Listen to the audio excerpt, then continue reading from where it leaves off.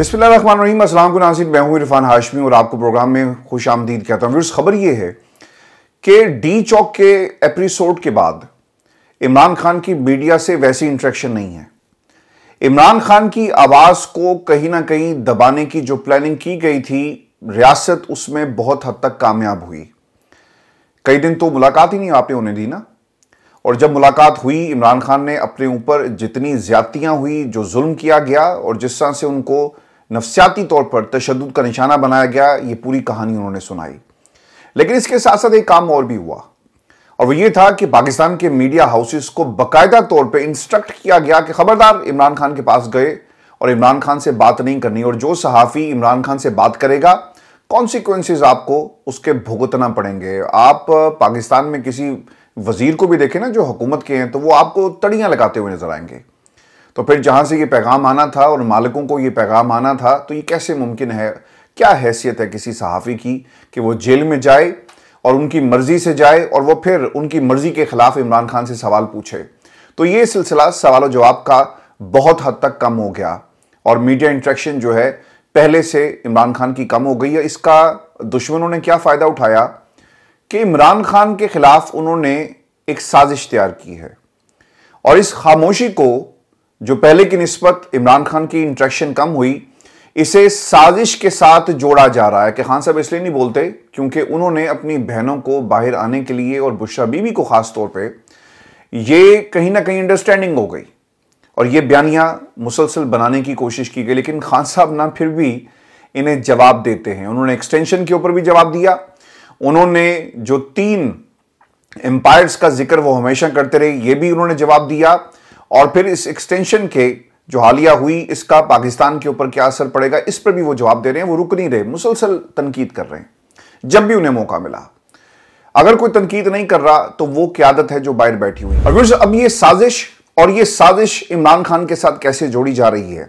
ख्वाजा आसिफ साहब ना ऐसी बातें करने के हवाले से काफी मशहूर हैं, और जो ज्यादा बोलता है ना, उसे ये भी समझ नहीं आती कि उसने माजी में क्या बात कही थी। काजी साहब के हवाले से क्या कहते रहे, आज उनका एक ऐसा बयान सामने आया जो मैं आपको आगे चलकर बताऊंगा। ये एक थप्पड़ है, इन्होंने ये थप्पड़ अपने मुंह पर खुद ही मारा है और इंकिशाफ कर दिया काजी साहब से मुतल्लिक, किसी और ने नहीं, ख्वाजा आसिफ ने। ख्वाजा आसिफ इमरान खान के हवाले से क्या कहते हैं? वो ये कहते हैं कि कुछ ऐसे ममालिक हैं जो इमरान खान की रिहाई के लिए काम कर रहे हैं। पाकिस्तान तहरीक इंसाफ जोर डाल रही है उन ममालिक के ऊपर कि इमरान खान को आप पाकिस्तान से रिहा करवाएं और एक डील के जरिए उन्हें पाकिस्तान से निकाला जाए। अच्छा, अब उनसे ना ये सवाल जवाब शुरू हो गए कि ये यूरोप का कोई मुल्क है या फिर कहीं और। तो इसके ऊपर उन्होंने कहा कि इतनी मुझे खबर नहीं है, मुझे इतना जोग्राफिया जो है वो नहीं आता, जोग्राफी इतनी मुझे मालूम नहीं है, और ना मुझसे आप सवाल करें। लेकिन पाकिस्तान तहरीक इंसाफ किसी मुल्क पर यह जोर डाल रही है कि कड्डो इमरान खान को पाकिस्तान से बाहर। अच्छा, अब ये बयानियां बनाने के लिए क्यों हुकूमत को जरूरत पड़ी? इमरान खान की खामोशी भी इनके लिए खतरे से खाली नहीं होती, इनके लिए बहुत बड़ा खतरा बन जाता है। खान साहब इधर खामोश होते हैं, उनकी खबर नहीं आती, बाहर पार्टी के लोगों में ऑब्वियसली एक तशवीश की लहर दौड़ जाती कि इमरान खान के साथ कर क्या रहे हैं। पिछले 28 दिनों के अंदर इमरान खान के साथ जो सलूक हुआ, पार्टी को आप छोड़ दें। पाकिस्तान की आवाम ने जरूर ये सवाल किया, सोशल मीडिया भरा पड़ा है, लोगों में एक तशवीश थी। मैं 3 दिन पहले लंदन गया, वहां पर जितने लोगों से भी मेरी बात हुई और इसके अलावा जिन लोगों से भी इंटरेक्शन होता है, दुनिया के 7 बरे-आज़मों में यह सवाल पूछा गया, पाकिस्तान की हुकूमत को टैग करके। जो भी मिनिस्टर इनके हाथ चढ़ता, जो भी बंदा इनके सामने आता, ये सवाल जरूर करते कि इमरान खान की रिहाई, यानी इंटरनेशनल प्रेशर, दुनिया का प्रेशर, और फिर वो ममालिक जहां पर पाकिस्तानी ओवरसीज कम्युनिटी बसती है, वो अपने जितने भी मेंबर ऑफ द पार्लियामेंट हैं, जो अरकान असम्बली हैं, जो बाहर की, वहां पर ये दबाव जो है उसे शिफ्ट किया गया और उन्होंने फिर खतूत लिखना शुरू कर दिए। तो इमरान खान की खामोशी भी इनके लिए किसी खतरे से कम नहीं होती। तो इसीलिए ख्वाजा आसिफ साहब को लॉन्च किया गया और उन्होंने अब ये बयानियां बनाना शुरू कर दिया कि हाँ, एक मुल्क है जो इमरान खान को बाहर लाने के हवाले से बात हो रही है और पीटीआई इसमें किरदार अदा कर रही है। और फिर यह भी सवाल पूछा गया कि एक मुल्क तैयार भी हो गया? उन्होंने कहा जी हाँ जी, बिल्कुल तैयार हो गया, और इमरान खान को वो वसूल करने के लिए भी तैयार है। खान साहब दुनिया के किसी मुल्क में भी जाएंगे ना ख्वाजा साहब, ये उस मुल्क की खुशकिस्मती होगी।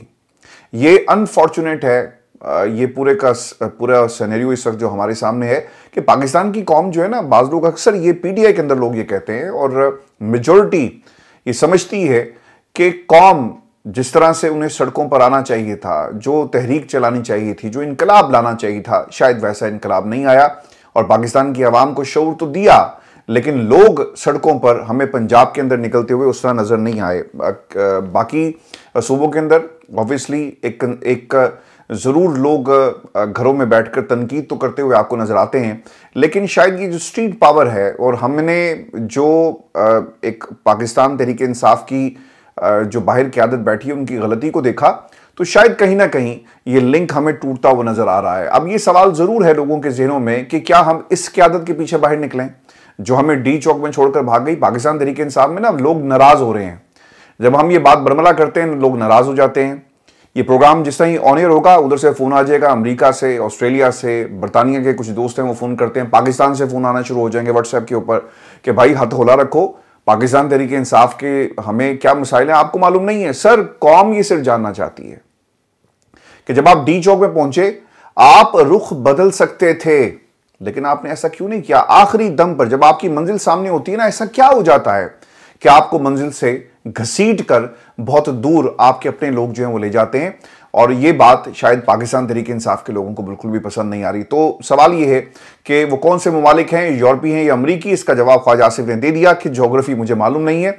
सर पाकिस्तान की कौम को आपकी ज्योग्राफी जरूर मालूम है कि वक्त पड़ने पर आप क्या क्या गुल खिलाते हैं और माजी में आप क्या कुछ करते रहे। इससे पहले जी एक और भी ये जो डील और इमरान खान के जाने की बात है ना, मैं एक दलील आपके सामने रखूंगा। मैं मुसलसल ये बात आपको बता रहा हूं कि अगर इमरान खान ने डील करनी होती ना भाई, ये बार बार बात करने का मकसद ये है कि ये जहन नशीन हो जाए, ये बात आपको याद हो जाए। इमरान खान जिस मिट्टी से बने ना, इस मिट्टी की खुसूसियत ये है कि ये वफा करती है, ये डील नहीं करती, इसमें कुर्बानी का जज्बा है, ये लड़ने के लिए तैयार है।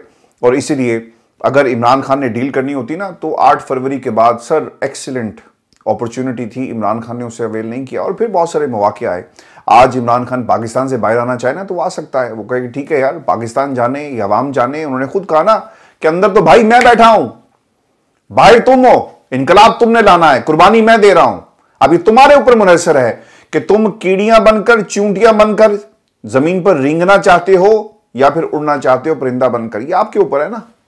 और इमरान खान आपसे ये सवाल मुसलसल कर रहा है। अब बैरिस्टर अकील ने भी एक और साजिश इसी के साथ जुड़ी हुई है, ये आपको बताना सर बहुत जरूरी है। याद रखिएगा इन चेहरों को, हम हो ना हो कल आपको जरूर ये बात याद आए कि पाकिस्तान के अंदर सियासी मंजरनामे पर कौन सा किरदार, कौन सा खेल इस वक्त खेल है। बैरिस्टर अकील ये कहते हैं और उन्होंने माजी में कहा कि शौकत खानम हॉस्पिटल से एक रिपोर्ट आएगी और इस रिपोर्ट की बुनियाद पर इमरान खान को बाहर भेज दिया जाएगा या वो कम से कम कोशिश करेंगे, एक बयानिया बनाया जाएगा कि इमरान खान की जिंदगी को खतरा है और उन्हें जो बीमारी है उसका इलाज पाकिस्तान में नहीं हो सकता। सर ये बीमारियां ना आप लोगों को लगती हैं, प्लेटलेट सर ऊपर नीचे हो रहे हैं, जैसा स्टॉक एक्सचेंज होती है, ऊपर गई, नीचे ऊपर ऊपर। हमने तो वो रात देखी कि किस तरह से लाहौर की जेल में से ये पैगाम आया, फिर यहाँ पर लोगों ने किस तरह उसको मैनिपुलेट किया, पाकिस्तान में किस तरह से गए। सर ये ख्वाजा साहब ही थे जिन्होंने कहा कि पाकिस्तान की एस्टेब्लिशमेंट की मदद से नवाज शरीफ साहब बाहर निकले। तो इमरान खान को तो कोई बीमारी नहीं है ना जिसका इलाज जो है पाकिस्तान में। आपका गले का भी मसला हो ना तो फिर आप इलाज करवाने के लिए बरतानिया आते हैं। पाकिस्तान में तो आपने कोई ऐसा हॉस्पिटल नहीं बनाया, और अगर आप बनाना भी चाहें तो वो शायद खैराती होगा, यहाँ पे आपका इलाज नहीं हो सकता। वो इलाज सिर्फ बरतानिया में हो सकता है। 40 वर्षों से आप इस मुल्क के अंदर हुकूमत करते रहे, लेकिन कोई अस्पताल ऐसा नहीं है जहां पर आपका या आपके खानदान वाले लोगों का इलाज हो सके। बैरिस्टर अकील ने ये कहा कि इमरान खान को इजाजत दी जाएगी और वो बाहर चले जाएंगे। सर ये बाऊजी करते थे, बाऊजी जहाज में बैठेंगे और जहाज आकर लंदन लैंड करेगा। इमरान खान को इस किस्म की जरूरत नहीं है। उन्होंने हमेशा मैदान में मुकाबला किया। आपकी क्वालिटीज होती है ना कि लड़ो मैदान में और लड़कर जो है वापस आना है, चाहे टूट जाओ लेकिन गिरना मैदान के अंदर ही है और फिर वहीं से उठकर जो है अपनी मंजिल की तरफ बढ़ना है। तो इमरान खान के अंदर जो फाइटिंग स्पिरिट है, जिसको लोगों ने देख देख कर अपनी जिंदगी को जो है वो दुरुस्त किया। क्रिकेटर्स जितने हैं ना वो उठाकर देख लें कि सर हम तो खान साहब को कॉपी करते थे, तो खान साहब ने सियासत के अंदर पाकिस्तान की यूथ को जो ट्रेंड दिया शऊर का, पाकिस्तान की आवाम को जो शऊर के करीब लेकर गए, ये आपको कहीं और जो है ये रिवायत नहीं मिलेगी। ये इमरान खान ही के घर की रिवायत है। ये इमरान खान ही से आपको एक तहरीक मिलेगी जो शऊर की तहरीक है। व्यूअर्स, जजेस के हवाले से जो खत लिखा गया इससे भी मैं पर्दा उठा देता हूं और इसके ऊपर ख्वाजा आसिफ साहब ने क्या कहा। बहुत ही अहम जुमला है और इससे पता चल जाएगा कि ख्वाजा साहब ना बार बार अपने मुंह पर थप्पड़ क्यों मार रहे हैं। ये बार बार थप्पड़ मार रहे थे इस इंटरव्यू के अंदर, और इन्होंने कहा कि 26वीं आईनी तरमीम का केस फुल कोर्ट में लगाने के लिए जस्टिस मंसूर अली शाह और जस्टिस मुनीब अख्तर का चीफ जस्टिस खत मुल्क में आईनी बहरान पैदा करने की एक और कोशिश है। पसंद नहीं है ना ख्वाजा आसिफ को या कंपनी को, पसंद नहीं है कि जस्टिस मंसूर आ गया तो ना जाने क्या होगा। और इन लोगों ने जस्टिस मंसूर और जस्टिस मुनीब अख्तर के हवाले से एक बाकायदा कैंपेन भी चलाई, और जो लोग उनके सहूलतकार थे आज वो लंदन में बैठे हुए हैं, वो इस मुसलसल सहूलतकारी करते रहे और उनका भी इनके बारे में यही ख्याल था। ख्वाजा साहब एक और बात भी करते हैं कि मैंने अक्टूबर में जिस बहरान का इशारा किया था अब वो टल गया है, मतला जरूर अबर आलूद है लेकिन गरज चमक का कोई अब इम्कान नहीं है, और ताहम पार्लिमानी जमहूरियत में खतरात हमेशा रहते हैं। यानी काजी की तरफ से हुकूमत को वाज़ेह सहूलतकारी फराहम की गई और गारंटी दी गई कि जब तक काजी चीफ जस्टिस रहेंगे तब तक हुकूमत को कोई खतरा नहीं है। काजी साहब इसका भी आपको जवाब देना चाहिए, क्योंकि आपके ऊपर ना बहुत सारे सवालात हैं, आपकी अदालत पर बहुत सारे सवालात हैं, आपके फैसलों पर बहुत सारे सवालात हैं, आपके किरदार पर बहुत सारे सवालात हैं। जब आप लोगों पर जो एहतजाज होता है, पाकिस्तान की रियासत कहती है कि क्यों एहतजाज कर रहे हो, तो फिर ये फर्ज आप पर भी बनता है कि आप जब जो इल्ज़ाम आपके ऊपर है आप उस इल्ज़ाम का कौम के सामने नडर तरीके से जवाब दें। लेकिन शायद ये जवाब कभी भी नहीं आएगा। और फिर एक और बात व्यूअर्स, जो ख्वाजा साहब ये कर रहे हैं कि पीटीआई के अक्टूबर के बाद के जो दावे थे इसमें किसी हद तक सदाकत थी, होमवर्क किया गया और अदलिया इसमें शामिल थी। अब देखें कहीं पर कोई चोरी हुई है ना, आप उसकी एफआईआर कटवाते हैं तो एफआईआर कटेगी और उसके ऊपर इंसाफ होगा, किसी गिरफ्तारी भी होगी। अगर कोई ये कहे कि इसका ताल्लुक फलां जमात से है, इसका ताल्लुक जो है इसके घर के अफराद का ताल्लुक फलां जो पार्टी है उसको ये फॉलो करते हैं, लिहाजा इस मुजरिम को छोड़ दिया जाए, तो क्या ये दुरुस्त होगा? पाकिस्तान तहरीक इंसाफ के हवाले से भी लोग यही कह रहे हैं कि आप जो फॉर्म 47 है, अगर आप इन हलकों को खोलेंगे तो ये उनकी बाकायदा सहूलतकारी होगी। चोरी करें आप, एक झूठी हुकूमत को खड़ा किया जाए इस मुल्क के अंदर आपकी तरफ से, सहूलतकारी का जो किरदार आपने निभाया सब कुछ करें आप, और आप फॉर्म 47 ना खोलें और कहें कि चूंकि जज का ताल्लुक उस कबीले से था तो लिहाजा हम सच्चे हैं और वो झूठे हैं, और ये इलेक्शन जो है वो ढोंग नहीं बल्कि पाकिस्तान की अवाम ने हमें मैंडेट दिया है। सर ये तो लतीफ़ा ही हो गया ना। अब ख्वाजा साहब जो गुफ्तगू कर रहे हैं और उन्होंने एक और जो बात कही है बुशरा बीबी के हवाले से, अच्छा एक चीज़ उन्होंने ज़रूर कही है कि खान साहब की गुफ्तगू के अंदर पहले से ज़्यादा नरमी आई है और पीटीआई ने कुछ रवैया बदला है। बुशरा बीबी भी इस रवैये के नतीजे में बाहर निकली और बानी के आशीर्वाद के बगैर बुशरा बीबी का बाहर आना नामुमकिन था, और बानी के आशीर्वाद के बगैर अली अमीन गंडापुर कोई फैसला नहीं कर सकता। हमने पीटीआई और इस्टेब्लिशमेंट में बातचीत का दरवाज़ा बंद नहीं किया। पीटीआई के लोग अगर खुद कहते हैं बुशरा बीबी की रिहाई के लिए डील हुई है, अच्छा चलें जी, जो लोग कहते हैं पाकिस्तान तहरीक इंसाफ के उन लोगों को ज़रूर जो है कम अज़ कम बैरिस्टर गौहर को ज़रूर पूछना चाहिए कि लोगों ने, खैर बैरिस्टर गौहर क्या पूछेंगे। कल मतीउल्लाह जान ने उनसे सवाल किया कि सर ये जब कानून जो है वो पास करवाए जा रहे थे तो आप कहाँ थे? तो उन्होंने कहा जी हमने सुना ही नहीं।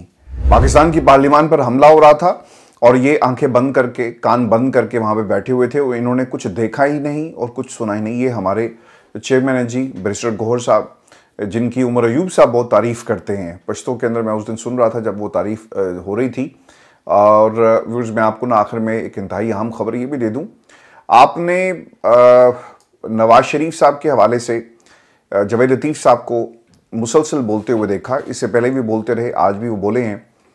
और उन्होंने क्या कहा, हमेशा ये कहा, और जवेद लतीफ़ साहब का जो किरदार है उसके हवाले से मैं आपको बता दूं। नवाज शरीफ साहब जो खुद से बात नहीं कर सकते ना, पार्टी के अंदर जवेद लतीफ़ की शक्ल में आपको ऐसी शख्सियात ज़रूर मिलेंगी जिनके ज़रिए पैगाम भेजा जाता है, जिनके ज़रिए पाकिस्तान की इस्टेब्लिशमेंट को भी आंखें दिखाई जाती हैं, जिन लोगों ने इनको बनाया और जिन लोगों ने इन्हें इस मकाम तक पहुंचाया, यानी जनरल जलानी से लेकर फॉर्म 47 की हुकूमत तक।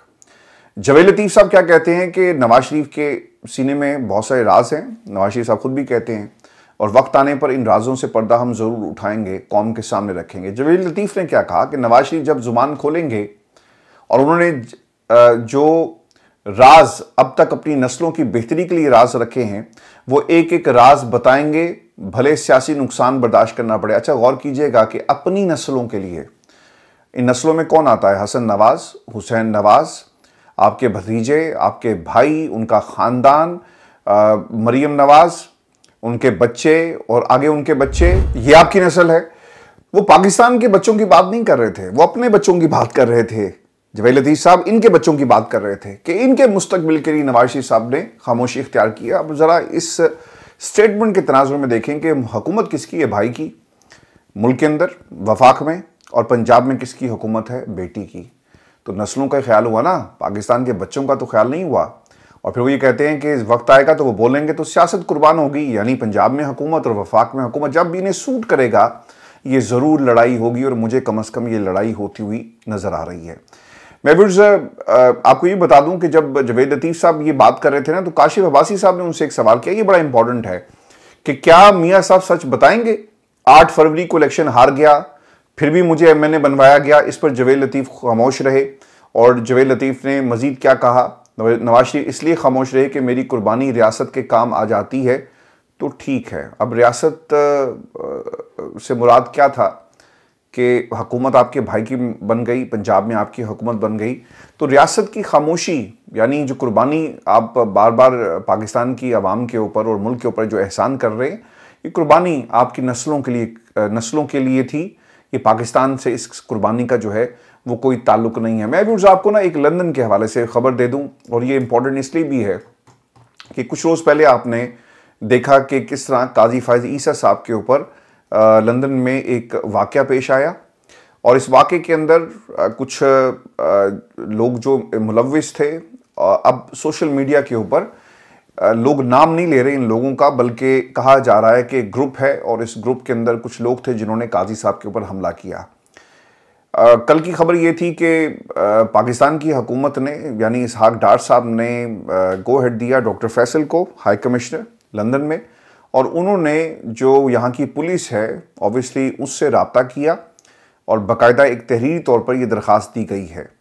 अब इसको इन्वेस्टिगेट किया जाता है, कब किया जाता है? मैं आपको ना एक बात लंदन पुलिस के हवाले से बता दूं कि ये बहुत ही स्लो काम करती है, और जितना बरतानिया के अंदर नाइफ क्राइम है, आपको बिल्कुल मालूम होगा कि इमीडिएट एक्शन, अगर जो लोग यहाँ पे रहते हैं, कि इनकी पेस क्या है। मौके पर पुलिस तो ज़रूर पहुँचती है, और लेकिन जब कोई रिटन एप्लीकेशन दे के जाता है, और ख़ास तौर पे ऐसे मामलात में जब पुलिस वहाँ पर मौके पर मौजूद थी और उनके सामने ये सब कुछ हुआ, तो क्या पुलिस किसी तहरीरी शिकायत के ऊपर एक्शन लेगी, किसी को बुलाएगी? ये बहुत ही बुनियादी किस्म के सवालात हैं। अगर वहाँ पर ये सब कुछ हो रहा था तो यकीनन पुलिस को इंटरवीन करना चाहिए। पुलिस की गाड़ी बिल्कुल पीछे मौजूद थी, उन्होंने ऐसा नहीं किया। अब इसमें ना 2 चीज़ें बड़ी इंपॉर्टेंट हैं, ये भी मैं आपको बता देता हूँ। पाकिस्तान की जो यहाँ पर जो हाई कमीशन है, उन्होंने इस हवाले से दरख्वास्त तो कर दी है, लेकिन कुछ फेक किस्म की खबरें भी चल रही हैं कि 10 लोगों को बुला लिया, 3 लोगों को जो है वो इंटेरोगेशन भी कर ली गई। इतनी जल्दी ये पुलिस काम नहीं करती। मुझे बहुत अच्छी तरह याद है जी कि साउथ हॉल में मैं एक दफ़ा एक अपना प्रोग्राम रिकॉर्ड कर रहा था, हाइड पार्क के नाम से। ये बरतानिया में शायद पाकिस्तानी टेलीविज़न चैनल्स में वाहिद रोड शो था कि हम लोगों के पास जाकर उनकी राय पूछते थे किसी भी मौजू के ऊपर। आप जाकर यूट्यूब के ऊपर अभी भी हाइड पार्क लिखेंगे तो आपको तकरीबन 100 एपिसोड्स हैं इस प्रोग्राम की जो आपको मिलेंगी, जो हमने लंदन की सड़कों पे किया। तो जब हम साउथ हॉल में एक प्रोग्राम रिकॉर्ड कर रहे थे तो हमारे ऊपर भी जी इसी तरह एक हमला हुआ, और जिस नौजवान ने हमला किया वो सारा वाकया हमारे कैमरे में रिकॉर्ड हो गया, और उसके पास चाकू था, और चाकू भी जी, वो चाकू क्या था जी, तलवार थी पूरी। तो वो रिकॉर्ड हो गया, लेकिन पुलिस जो है वो मौके पर नहीं आई। हमने कॉल की, पुलिस मौके पर नहीं आई। ठीक 4 दिन के बाद हमारे ऑफिस में पुलिस टहलती हुई आई, उन्होंने हमारे से हमारी दरख्वास्त जो है रिटर्न ली, और फिर वो गायब हो गई। और उसके ऊपर क्या हुआ किसी को कुछ मालूम नहीं है। आइडेंटिफिकेशन, वीडियोस, एविडेंस सब कुछ दे दिया गया। मैं आपको तलवार से हमले की बात बता रहा हूँ, और वो देख लें क्या हुआ। किसी ने कुछ आज तक नहीं पूछा। बाद में मुझे कई बरस के बाद जो है एक लेटर मिला जिसमें कहा गया कि हमने कोशिश की है लेकिन बंदा हमें नहीं मिल रहा। अब आपके पास वीडियो एविडेंस है, और इतना क्लियर, ये कोई सीसीटीवी वीडियो नहीं थी, ये हाई डेफिनेशन कैमरे की वीडियो थी जो उनके हवाले की गई। इसके बावजूद जो है उन्होंने कुछ नहीं किया। तो ऐसे मामला में कुछ नहीं हुआ तो यहाँ पर गाड़ी को मुक्के बरसाना, और जो आप कह रहे हैं ऑब्वियसली प्रॉपर्टी को डैमेज करने की बात तो थी, लेकिन शिकायत कौन कर रहा है? अब हाई कमीशन की तरफ से शिकायत गई है, इसके ऊपर इन्वेस्टिगेशन, और ये कहना कि लोगों को बुला लिया, तो मुझे नहीं लगता कि इतनी जल्दी जो है लंदन पुलिस जो है वो काम करेगी। ज़रूर इसके अंदर डिले जो है वो होगा, और एक ख़ास किस्म की एक ट्वीट्स के ज़रिए ये कंट्रोवर्सी जो है वो क्रिएट की जा रही है। बस ये आज की हमारी नशिस्त थी। अगली वीडियो में आपसे जल्द मुलाकात होगी, और अमेरिका में क्या कुछ हो रहा है इसे हम पर्दा उठाएंगे। रिजल्ट्स के साथ मैं अगली वीडियो में हाजिर होऊंगा, और इसका क्या इंपैक्ट पड़ेगा पाकिस्तान की सियासत पर, इमरान खान की रिहाई और ट्रंप का आना कितना जरूरी है, ये हम आपको अगली वीडियो में बताएंगे। इजाजत दीजिए, अल्लाह ने के बाद।